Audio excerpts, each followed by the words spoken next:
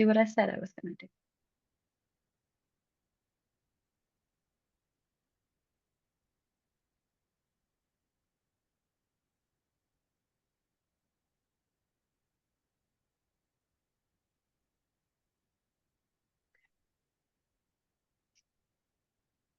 For everyone who's already joined us in this in the room, welcome to LISA's Information Integrity event. LISA, for those of you who don't know, is the Library Information Student Association group here at Library Information Science, sorry, Student Association group here at Rutgers. We try to do something once a month, typically on Wednesday evenings around this time. So if you're interested in joining more of our meetings, definitely feel free to reach out to us. We are always looking for more members, new ideas about events that are interesting to everybody. We sort of do more formal panel style discussions like this, but also sort of casual, what we call chat and chills, which are either current students giving each other advice, recent grads coming to talk about their experience finding a job, using their Rutgers network, things like that. And basically, we'll do anything that is of interest to the membership. And so today, we're joined by myself, Kayla. I'm the current president. Apologies if you hear noise in the background. I live in New York City. It's just always loud. I try to mitigate, but again, apologize for if I'm speaking and there's a lot of background noise. And the other members of our executive board are here today as well. We've got Lauren, Ellen, and Peter all here helping out today. Thank you so much, everybody. And Peter's going to keep an eye on the chat for any questions that come up during today's event. So feel free, if you don't want to interrupt speakers as they're talking, but you have a question you want us to get to, just feel free to drop it in the chat and we'll keep a monitor of it as things are going on. I also know people were expecting today to hear from 3 of our Rutgers professors. We're down to 2, unfortunately. Britt Paris had a last minute family emergency crop up, so it'll just be a 2, but I think we'll have a really good discussion regardless. The relevance of today's topic is, to me at least, pretty high given the fraught information landscape that a lot of us are dealing with currently. Oh, I still see some more people joining. Great. I think a lot of us have realized with the way that technology is advancing so rapidly, it's sort of hard to know where to go to find your facts and correct information. Everything is online these days, every news source, and there's so many different options and people and opinions. It's really easy to feel inundated and overwhelmed, even for information professionals like ourselves. Also, of course, the nature of truth being called into question can really feel like things are uncertain, unprecedented, and tonight's event maybe will give us an opportunity to talk a little bit about that, help us understand how and why this is happening, maybe what our role as information professionals can be in moving forward with this type of discussion, and hopefully hopefully leave us with some hope and our power as the collective, rather than feeling like we're at the mercy of the information machines. And again, just for anyone who's joined late, this event is being recorded for the colloquium, so feel free to hide your video if you don't want to be on camera. We will be spotlighting the speakers, so hopefully there's not going to be too much pressure on your image. So without further ado, we will launch into the event. And as I do so, I'm going to spotlight our guest speakers here. So sorry that your video is about to be very large, but today we are joined by Denise Agosto and Kiran Garimella. Denise is a professor of library information science at Rutgers. She studies young people's use of information and information technologies, the role of social context in shaping youth information practices, and public library services. She uses qualitative research methods with young people in public libraries and other informal and formal education settings to learn about their information behaviors and practices. So we're so glad to have Denise with us today. Virtual clap. And of course, Professor Kiran Garimella, an assistant professor of library information science here at Rutgers as well. His research deals with using large-scale data to tackle societal issues such as misinformation, political polarization, or hate speech. Prior to joining Rutgers, Professor Garimella was the Michael Hammer postdoc at the Institute for Data, Systems, and Society at MIT. And before MIT, he was a postdoc in Switzerland, which I think is so cool. His research focuses on using digital data for social good. And he received his PhD in computer science in Finland. So really quite the global expert over here, which is very exciting. And his master's and bachelor's in Hyderabad in India. Um, so I'm going to cut the bios there so that we don't run out of time. But again, for everyone, oh, hi, Nancy, I see you now. For everyone who wasn't here prior, as we go through the questions that we put together, feel free to respond in the chat box, drop in questions. We'll try to make sure we get to those as well. I think we'll have plenty of time, but um, we'll also have a dedicated, more free, open Q&A portion after the formal questions. So without further ado, I will launch into the main program. And of course, me being who I am and being in this program, I like to start our conversations by getting everyone on the same page and sort of providing definitions for what we're going to be talking about today. And so I just wanted to start the discussion by sort of framing our common collective definitions. So misinformation, when we're talking about misinformation, what we mean is false or inaccurate information. When we say disinformation, what we're talking about is false, again, false or inaccurate information that is deliberately intended to mislead. So again, that's my clarification. If our speakers want to chime in and add context to that, of course, feel free. And the way I've sort of structured this is we have a question specifically for each of you, but also feel free to chime into each other's questions and then some more topical things. So Denise, you're up first. And my question that I was posing to you after I was looking through everything that you've been working on is it feels like, at least anecdotally, media literacy and news literacy is becoming less of a focus in early education. I can still remember when I was learning how to use a computer, how much we were told, never do anything with Wikipedia. And now they're teaching people how to cite tweets in papers. And I guess my question would be, what advice do you have for youth librarians or information professionals who want to work with youth and meet young people where they are while also teaching critical literacy skills that you would give to these people, like to help young people sift through all this information while not feeling like you're coming from this preachy point of view? Okay, great. Hi, everybody. I didn't plan anything specific to talk about, so we can chat and ask questions. Thanks, Kayla, and thanks to the rest of the board. I see a couple of familiar students, so hi. I see your names, so happy to see you. And to the students I don't know, here's a little free advertising. This fall semester, next fall, I'll be teaching a course in information and misinformation. It'll be on campus. Unfortunately, the only slot that was, yay, Lance, the only slot that was open for on campus because all the rooms were taken is 9 o'clock, no, 6 o'clock to 9 o'clock Wednesday evenings. But I hope you, if you can come to campus, I hope you take the class and show up. I know it's going to be really interesting. That's my free advertising plug. Thank you for the question, and hi everybody. Yeah, that's an interesting question. I would actually argue that we can't really say that media literacy education is either clearly on the rise or on the decline in the United States because our educational system is so localized. We do have state standards, including some state standards that relate clearly to teaching media literacy. But because in the United States, education is so closely pinned to local property taxes and local funding, both the content and the quality of education in the public education system vary radically. Now, in schools that have school librarians, I think you'll see that critical literacy skills and in understanding and evaluating information tend to be much stronger in the curriculum. But we do find a lot of schools in the nation that don't have school librarians in place. That's all the further I can remember your question. You want to tell me what it was again? Oh no, that's also really interesting. I never really thought about it like that because it is, Mhm. like you said, so local. Local. But I guess twofold. So, what advice you would have for people who are in the information profession, want to work with young people? How can we sort of meet them where they are?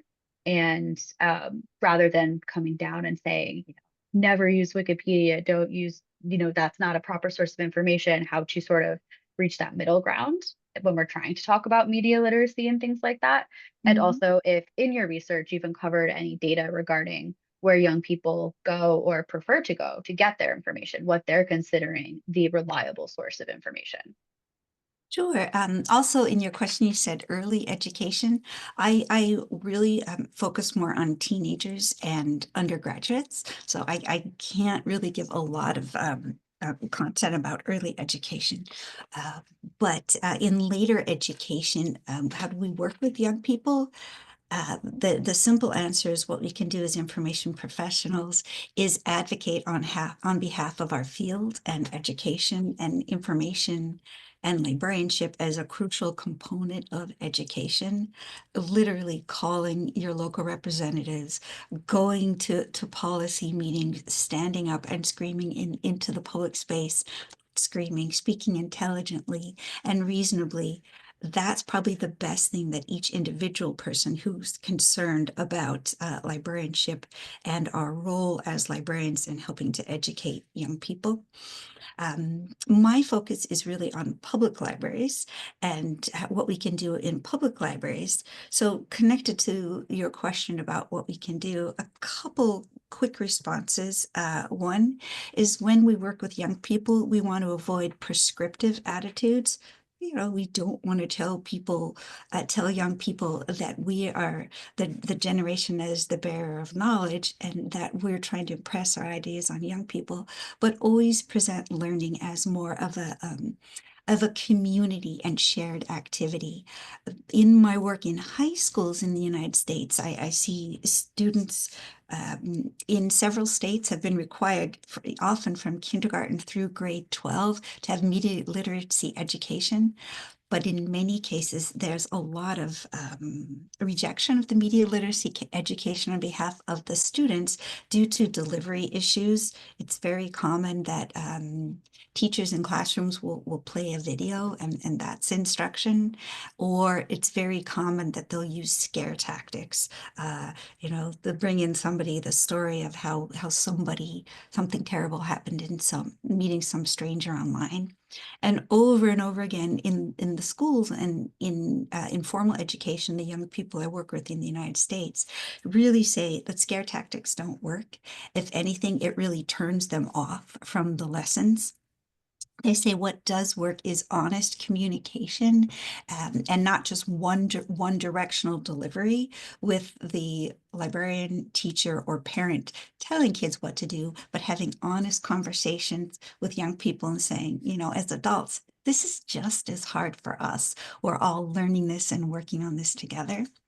And the third characteristic that the young people I work with really like to see is they like to see personal testimonials.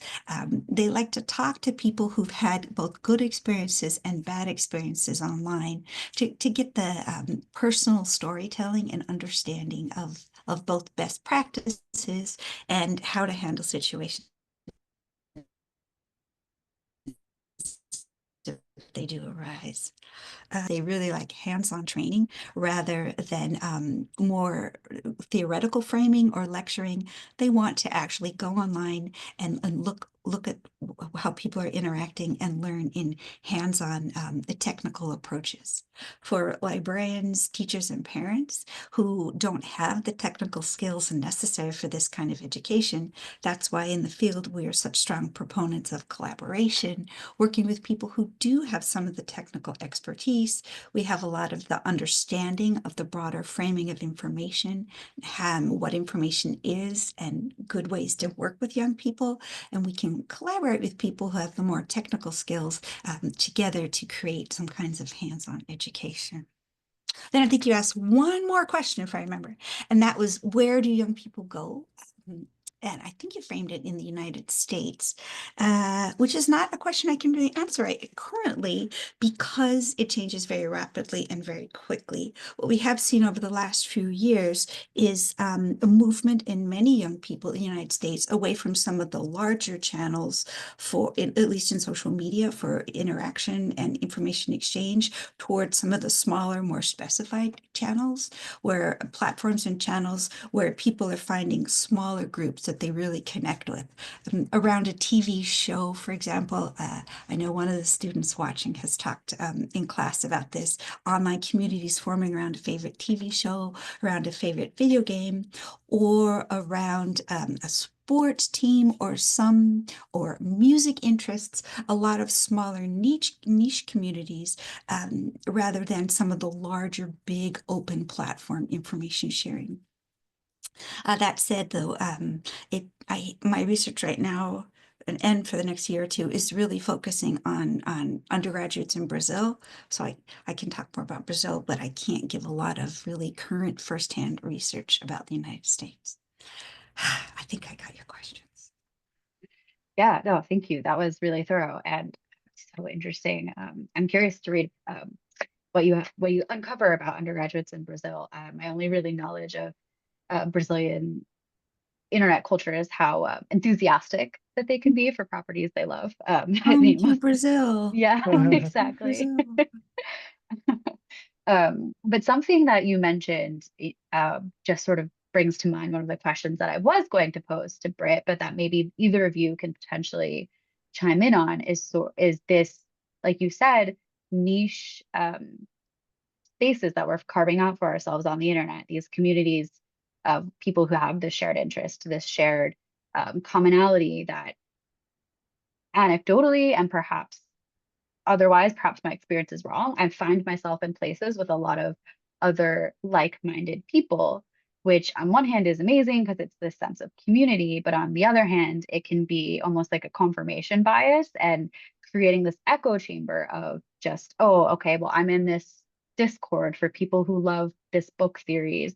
And we're all talking about our views on things, and we're all just saying the same thing back and forth to each other. Um, and sort of as we witness the privatization and polarization of the internet and social media and these platforms, like I guess how do we um, keep ourselves safe, right, in terms of create like engaging in these community spaces, but also avoid falling into that trap of okay, well now we're all leaving this one platform because we can't get anything accurate, but now we're all like-minded on the same platform. Does that track? Is my question making sense? This is sort of off the cuff. Denise, you wanna I was continue with thinking some? I talked too much, so maybe you should know. Sure. Kiran. Yeah. Okay. Okay. So, yeah, thanks a lot for inviting me, and yeah, really excited to. I mean, about this topic in general. I work a lot in this topic, like echo chambers, polarization, misinformation. Also in Brazil, yeah, we should talk, Denise. So, yeah, definitely Brazilians super active. I mean, we collect like WhatsApp data, and sorry for the sideline, but yeah, so much data that we get. I mean, Brazilians are so active in general. Yeah. Okay. So about echo chambers, I mean, I have a slightly contrarian view. I mean, at least when we think of echo chambers, we think of it as a bad thing. Uh, my view of it, and there's a lot of research also about around this view, is that it's not necessarily a bad thing, right? Like, so when you think of what echo chambers are in general for our digital consumption, if you look at like 20 years ago or 50 years ago, okay, we all consumed things from the same news channel and the same newspaper, or like, many people consumed, had information sources which are just very top down decided, right? Like, and that's not necessarily a really good thing for everyone, right? Like, I mean, again, a majority view probably, and you get maybe the average view, but it's not necessarily, good for a minority, for instance, who wants to get their own information, right? I think right now the ecosystem that we're in really caters to a broader spectrum where if you want, you can get your own type of information. And it's usually when we think of echo chambers, we look at it in this sort of, okay, the other side is really looking at or thinking of like being in their own bubbles, but I think it's a common thing, like it's a good thing overall that we are able to choose and curate our information spaces.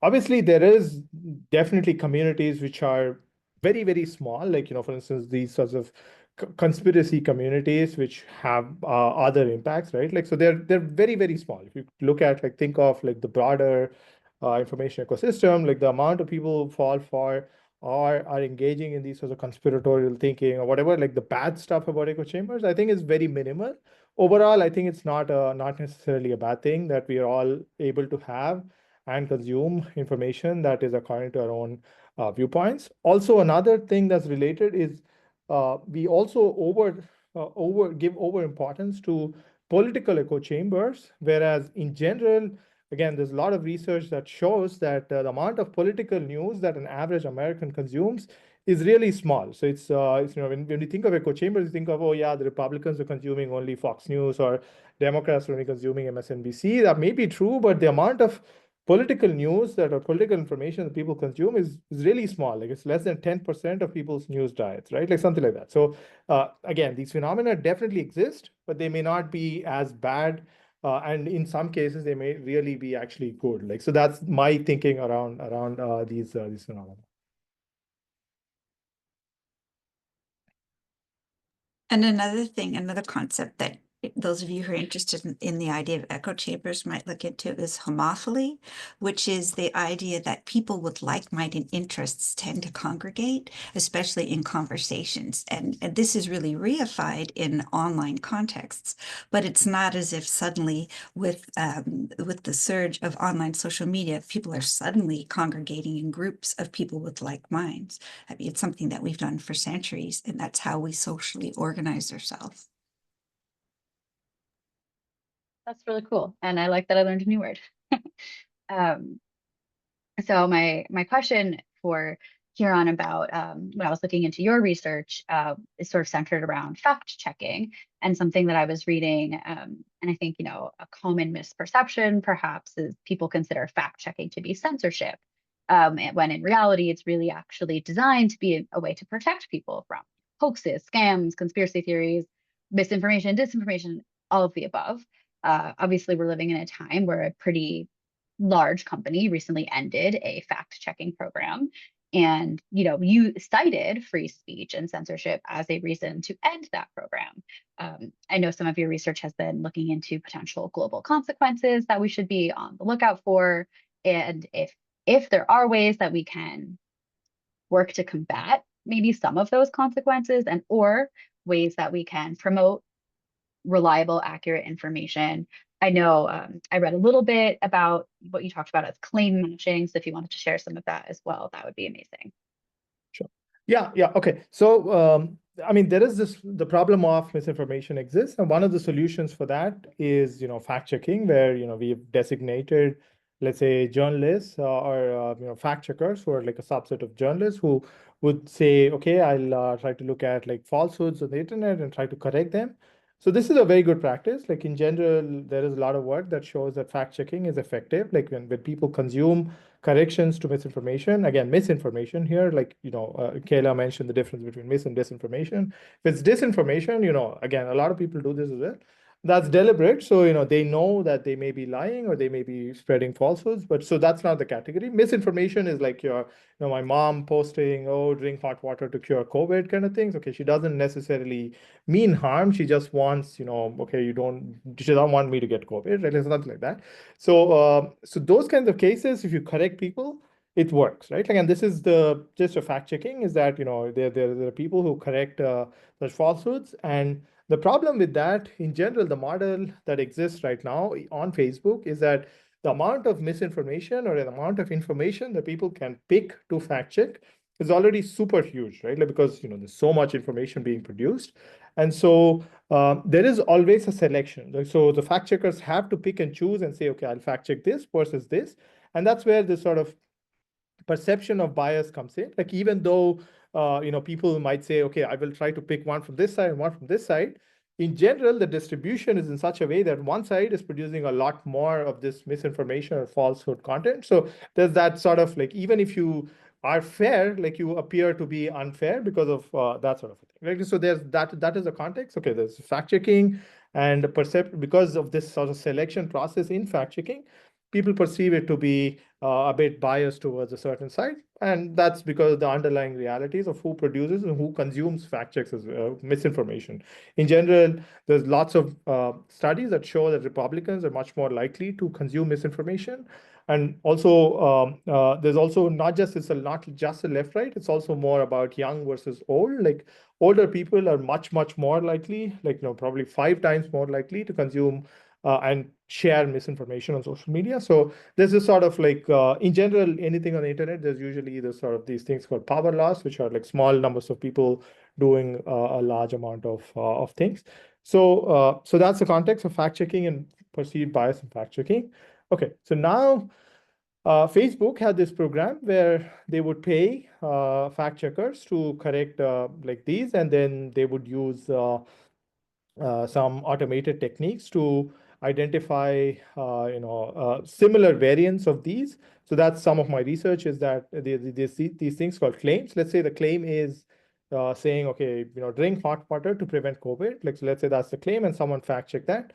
But there could be another claim that says it in a different way, right? Like it says maybe, I don't know, boil water before drinking that prevents COVID. Right? Like these two are the same if you think of this, but semantically they're similar. But if you just look at like the way they're written, they may be very different, or one may be an image, one may be a piece of text. So what Facebook's algorithms do, and what some of my research does, is like finding these sorts of similar claims and technical ways to scale this of fact checking. So the fact checker just fact checks once, and then you identify next time someone posts a similar claim, you can automatically tag it, and then someone reviews it, and then you can just immediately fact check it because there was already a fact check for it, right? Like, so this is the usual process of fact checking.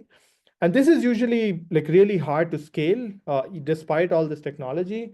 The amount of fact checks that are done are probably like 0.01% of like the amount of content that is out there that is tagged to be misinformation or something like that. So this is much smaller compared to all of the information, let alone the amount of content that could be misinformation, because human time is limited, the efforts cannot really scale. So and Twitter had this program that said, okay, we'll just remove human fact checking, like as professional fact checking in this, because there is some sorts of bias, and we'll use these sorts of crowdsourced fact checking, which is just where people like you and me, the Wikipedia model, where we'll just have normal people do the fact checking. We'll do some sort of intelligent ranking, so it's not just bias, and all Democrats are always correcting Republicans, all Republicans are always correcting Democrats. So so they set it up in such a way that kind of thing does not happen, and it seems to be working fine. Like obviously it has its own flaws. It's does not scale well, and it's very slow and all of that stuff, but it still works. When it works, there's lots of studies that show that once a tweet has been community noted, like there's very little chance that people will interact with it further, like will reshare it further and things like that. Like, so overall it works, right? Like, so the good thing is that Facebook is now trying to learn from some of these and try to apply it to their own platforms. Okay, so that's the good thing, like that this is being done. And in general, I think more of these efforts where you have communities having their voice, I think is a good thing. Also because, when you delegate this to a top-down model of fact checkers, their efforts are limited, but also it kind of limits the types of things that are fact checked, right? Like, so if there's some misinformation about Indian Americans, there's no Indian American fact checker who would be who would know, the facts about these and would write about that. So that would just not go picked. And that's a huge problem in general in American politics, is that a lot of Latinx population, like Spanish speaking Hispanic people, their misinformation is never corrected because there's no resources for that. Like there's no fact checkers for that, like at least at scale. Like, so it's a good thing to have these sorts of community models. The bad thing is that talking about this in this framing of a bias and then getting rid of it completely, I think that sends the wrong signal. And obviously, there's a reason why Facebook did it that way, wanted to pander to the administration, all of that stuff. Like, but that is the wrong thing about it. Overall, I think it's a good decision. Like, if implemented alongside what currently exists, and maybe phasing out the current system, or trying to merge these two systems in a way that the experts provide some sort of quality control over the crowd or things like that. I think a system like that would have been much better. But I think, yeah, the way this was implemented is definitely very partisan and wanted to pander to a certain audience. Okay, so that's what happened. But the ripple effects of that and the consequences of that, particularly globally, are much more severe than what they will be here in the US. Again, like this is done with the US administration in mind. But I mean, I work a lot in India and in Brazil, where again, like the systems for journalism, fact checking, they're not as evolved as in the US.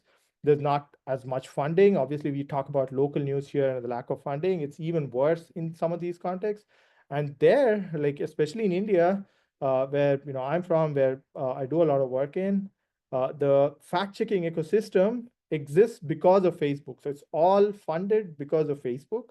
Like Facebook is, has been pumping money into it, and like it's a good thing. Like that they're over the last 10 years or so, there's now a thriving fact-checking ecosystem. But now, that all of that is under threat, right? Like, I mean, they haven't said anything about global fact-checking yet, but if they see that, okay, there's no pushback to this in the United States, and we were able to easily replace it and push the burden onto the people on the platform, then obviously they won't want to spend all the money on the fact checkers, and that ecosystem would collapse. And the effects of misinformation on real world events, like online to offline kind of consequences, are much more severe in countries like India and Brazil than they were in the US. I mean, in the US already we've seen some terrific consequences, but in India, like, people were really killed, like, because of rumors and things like that. So the effects could be much, much bigger than, so some decision made for political reasons here could have ripple effects and like have bigger consequences globally. That actually, your response is amazing and reminds me of, I'm sure, an article many of us have read in being in this program, Safiya Noble's Algorithms of Oppression, and thinking about how certain information retrieval systems and the way they're designed have the power to exacerbate certain stereotypes and disproportionately cause harm to marginalized communities. I didn't really consider the idea of, like you're saying, a fact checker who is not, if not all communities are represented in the people who are doing the fact checking, then there's going to be communities who are disproportionately not represented in getting accurate information. I get so sort of like a follow-up question open to either of you if you have anything you want to say on this topic is, I guess, what can we, as information professionals, work to help, the average person understand about the ways that our information systems are designed, in terms of, Google's it's a private company. They're basically, they're basically an ad company, but when the average person goes in and Googles something, and they think, oh, well, the results I'm getting and the auto populations, the autofills, are just what most people think or what most people Google. When in reality, those are paid opportunities, which I have noticed more. They put that little sponsored logo or sponsored gray text. They'll say this was generated with AI. They are getting a little bit better about being more upfront about that. But is there anything that you think we could be doing, or conversations that we could be having, that sort of help elucidate the way that these systems are designed when we're having conversations with people outside of our community? Denise, now you have to. Well, I think I'd like to let Karen address that. But first, I want to make a point. We've really seemed to have been focused on so far on the idea of truth and falsity, as if it's a clear bifurcation.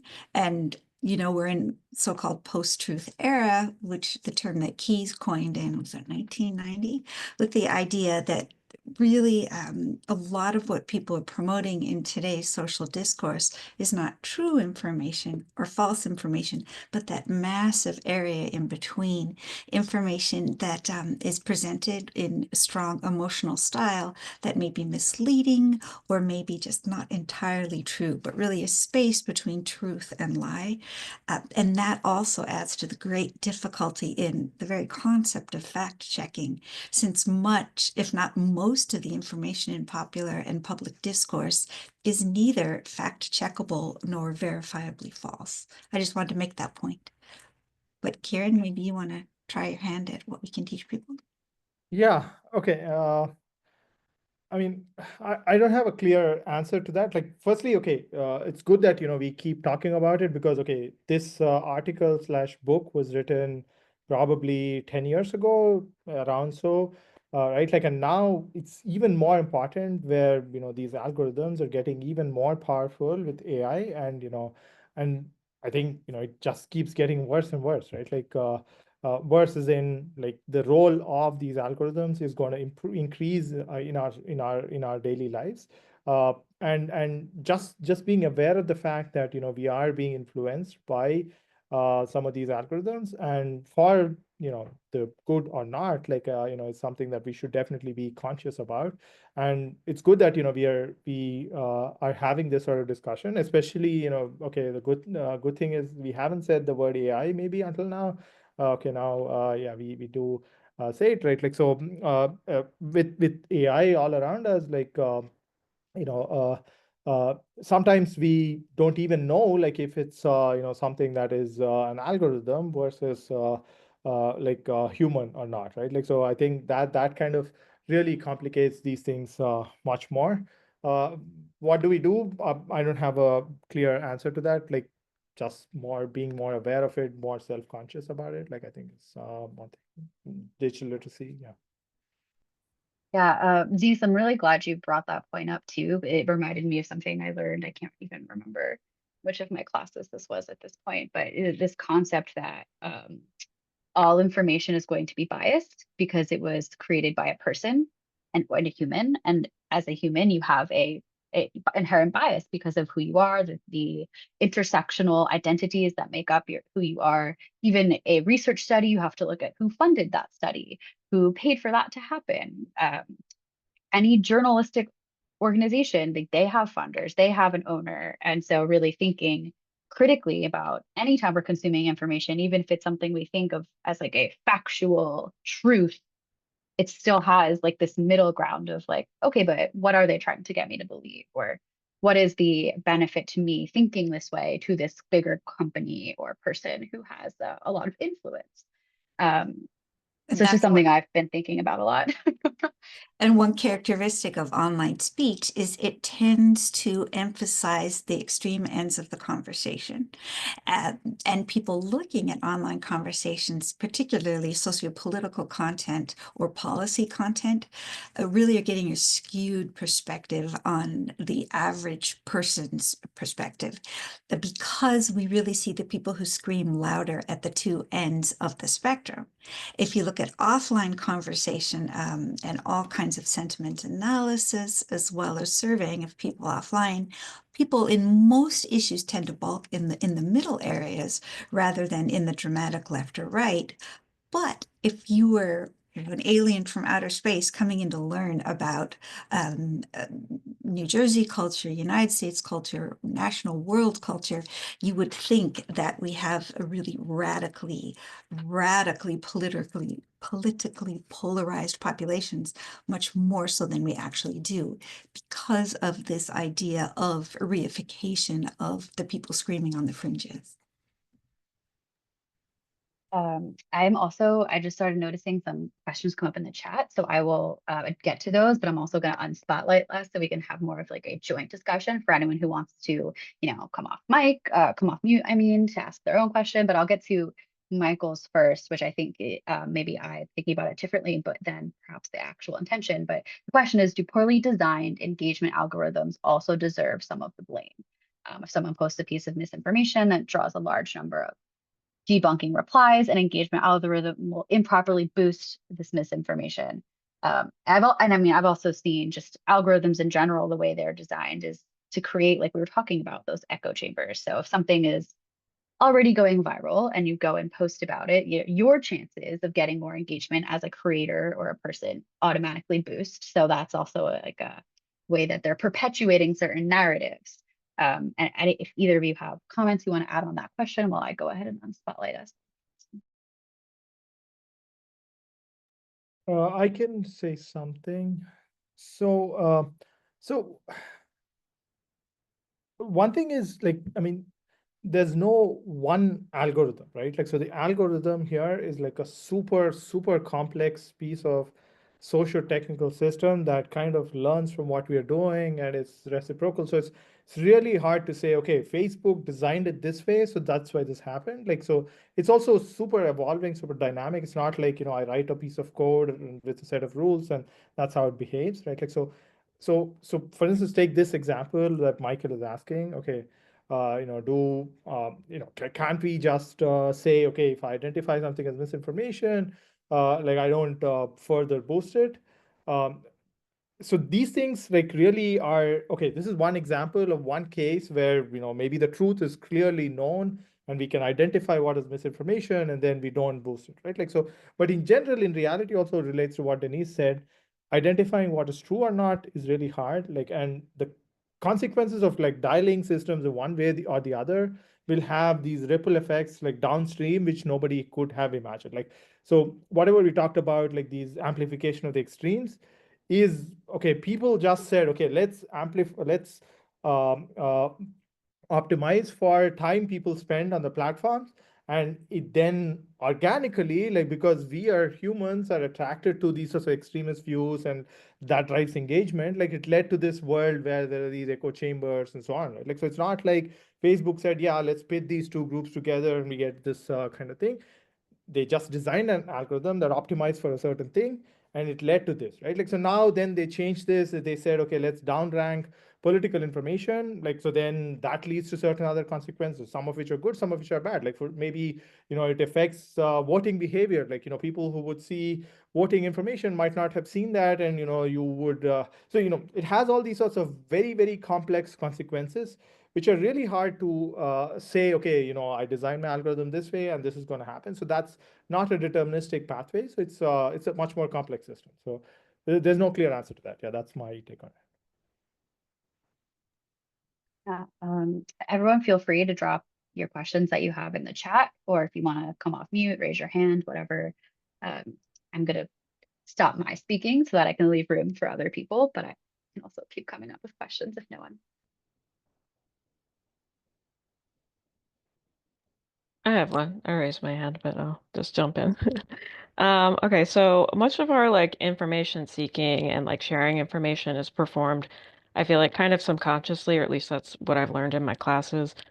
If you, this is like a personal question, if you were to kind of lay out the way you encounter information more casually, is there anything that you have recognized in yourself, like patterns of behavior about like, just social media, news, listening to podcasts that you find yourself like doing to start combating misinformation, or that you like subconscious, or like this is like if you were to think about it more intellectually, about what you kind of naturally find yourself doing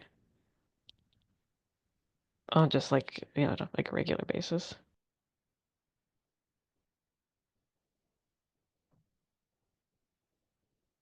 Maybe somebody in the audience can tackle that one.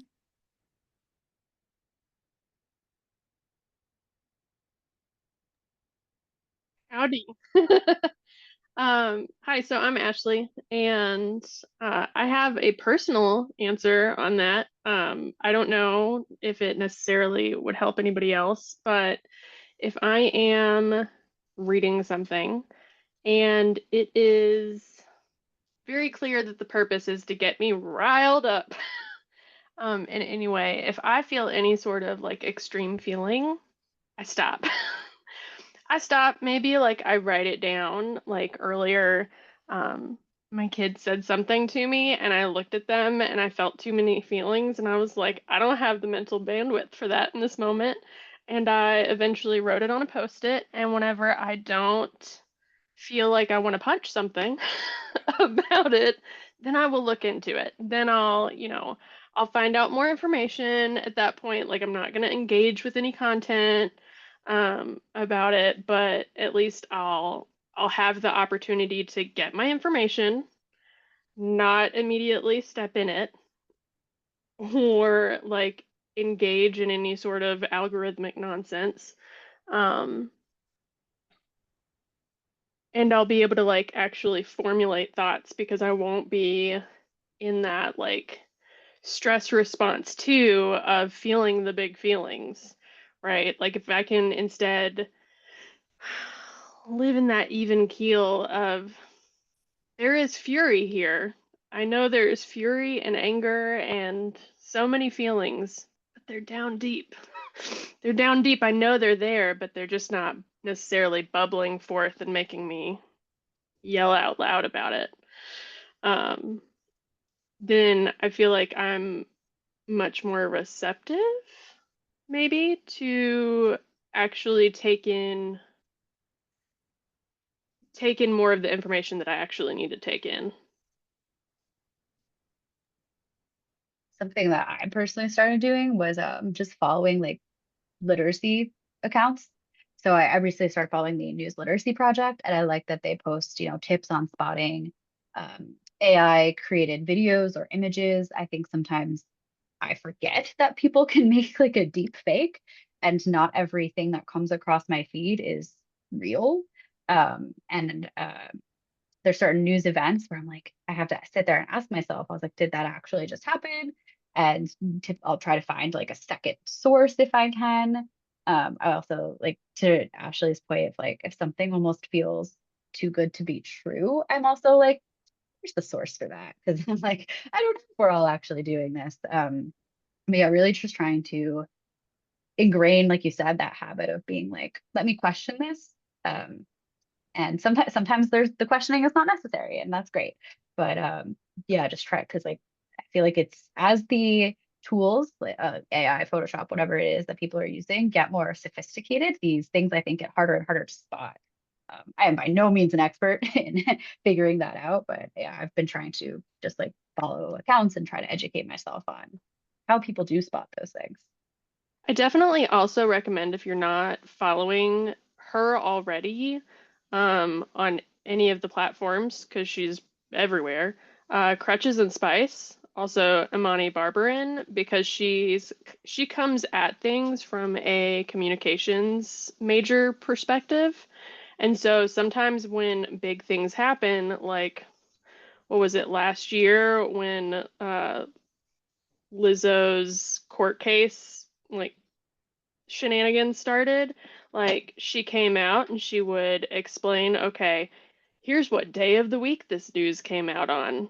Watch, in the next couple of days, you're going to see something else. And then, sure enough, in the next couple of days, you would see something else. And she does it with politics. She does it with random, like, pop news events like that. But it's nice to hear from somebody who has that communications degree, like what is the psychology behind dropping that news item on a Friday night, right?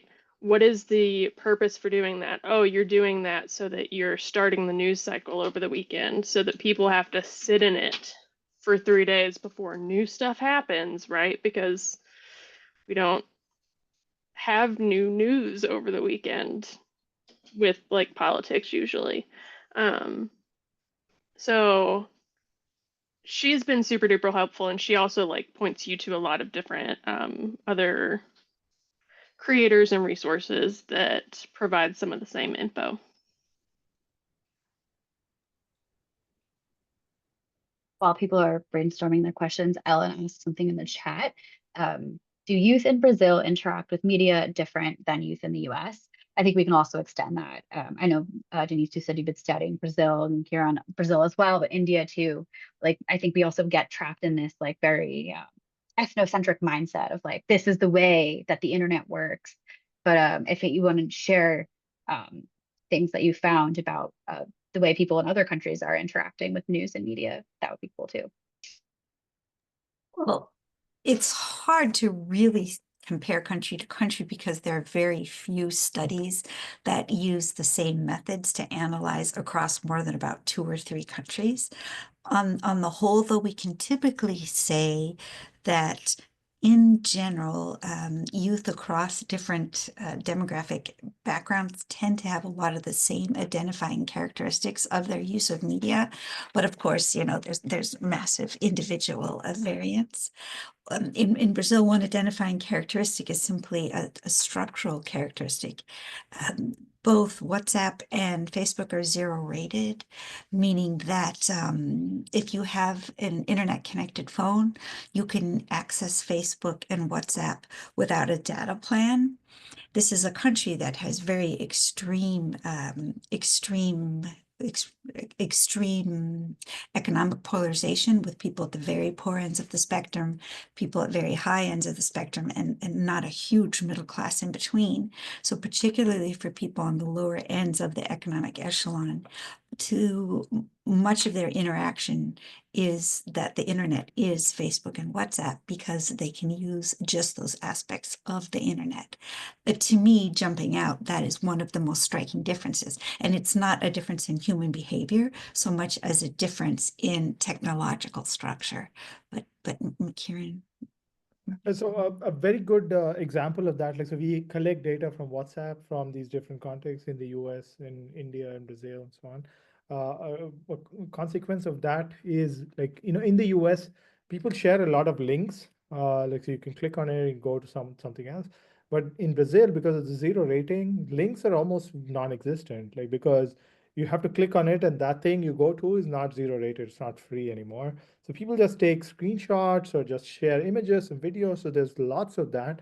And so this is a very interesting consequence. I mean, this is not general about young people, but again, like, unintended consequences of this. And when you think of methods to study, digital content, a lot of people in the US study these sorts of, okay, New York Times is left-leaning, foxnews.com is right-leaning kind of thing. And those kinds of methods don't really extend to some of these other contexts, for instance.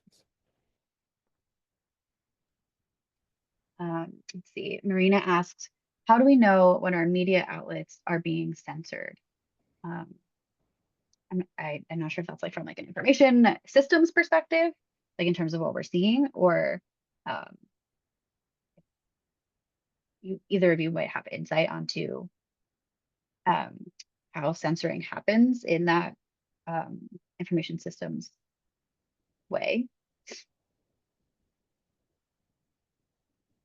I mean, I think I don't know if that answers the question, like, or if that is the context, but one thing, so explicit censorship, maybe, you might be able to tell, but the bigger problem is the sort of chilling effect or self-censorship, right? Like that, and that's happening everywhere. And, again, it's so sad, but even in the US, even in Rutgers, right? Like, so Rutgers and many, many other universities or university systems are self-censoring, or like, there's this chilling effect. Oh, maybe I'll lose funding if I call this the DEI program, and let's rename this something else, right? Like, so that sort of censorship is much, much more harder to detect, and because if I don't say what I think I'm supposed to say, so then you may not even know, like, these kinds of things. So that is, I think, a really troubling thing that I currently see. I think it's related to what was asked, but I don't know if that answers the question. That is really interesting. So, and maybe we'll have time for like one or two more questions as we're nearing the end. But something that I was just thinking about, Denise, that you reminded me of, is that we don't necessarily use the same standards and studies to study people across different countries. What have you both found in your research are, for anyone who is here in this meeting wanting to enter this field and do their research, what are the most common types of studies or types of data that you find yourselves looking at?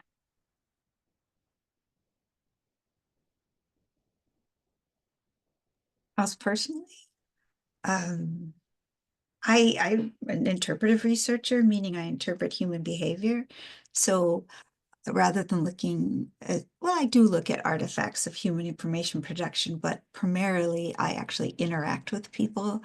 I ask them to use journaling. I conduct interviews. I ask them to give me technological walkthroughs with the idea of understanding people's lived realities from their perspective, because my focus is very much on the human side of things, not the technological side of things. I think it's kind of opposite, Kiran, more of a technical person. Yeah. So I think, I mean, I definitely agree. Like, so one of the things that a more qualitative perspective captures is this as a lived experiences. versus, I mean, a quantitative perspective also gives this sort of like, overall effects. Like, if I am able to reach out to like a few thousand people, that kind of gives like commonalities across all of these that you may not be able to do qualitatively, like where, you were interviewing a few dozen people or something like that. So I think these kinds of methods really complement each other. Yeah. I think it's just helpful to know. I personally I'm taking human information behavior this semester. So we're looking at different types of empirical studies and what types of data are going into studying both that human user-centered approach and also the system-centered approach. So that was something that's selfishly on my mind. But on this topic of AI and, you know, uh, manipulated information, we actually have our next event coming up as a cross promotion with Scarla on March 25th at 8 p.m. Lauren is here. I don't know, Lauren, if you want to talk about it or not. I don't want to put you on the spot if you don't feel comfortable. Otherwise, I can just keep saying, but I'll drop the registration link for that event in the chat right now. Oh, yeah, I'll talk about it. I was about to drop the link, but thank you. I'll drop the poster link too. So I am Lauren. I'm the president of Scarla. We have an event coming up, as you said, on March 25th. It is a Crit Live, which is about critical librarianship. The discussion will be on an article about large language models and the ethics and epistemics of real-world research and using AI. Sorry, let me just find that link really quickly. Oh, sorry, guys. But yeah, so it's an open discussion. It's not going to be a panel, but Scarla is the um, Student College Academic and Research Libraries Association at Rutgers. I always get that a little mouth mumbled. I did not copy and paste that. Sorry, guys. I am terrible at technology. This is my fault for springing this on you. I'm so sorry. That's okay. I was thinking I should be prepared for this, but I did not. Okay, so the link is in the chat. You can find on our website and the upcoming event. You can see a little more about it. But basically, critical librarianship is an exploration and discussion in librarianship and information work through like a critical and activist like conversation and practice. So it's essentially taking topics and discussing them through how, as information professionals, we want to approach thinking about things in an ethical manner. So that's my pitch. If you have any questions, my contact info is on the site as well. You can reach out to me. Thank you. Yeah. And thank you both to Denise and Kiran for joining us. It was really amazing to hear from your perspectives about what's going on in the world around us today, your individual research. I'm very interested to hear more, so I will be following closely. And I really appreciate you giving us your time this evening. And thank you so much to everyone who joined us tonight. Really appreciate all of you coming out. This recording will be posted on our YouTube page at some point. So if anyone's here trying to use it for the colloquium, there will be a video to reference in your write-ups. But thank you so much for everyone for joining us, and hopefully we'll see you at an upcoming event soon. Have a good night. Thank you. Yeah.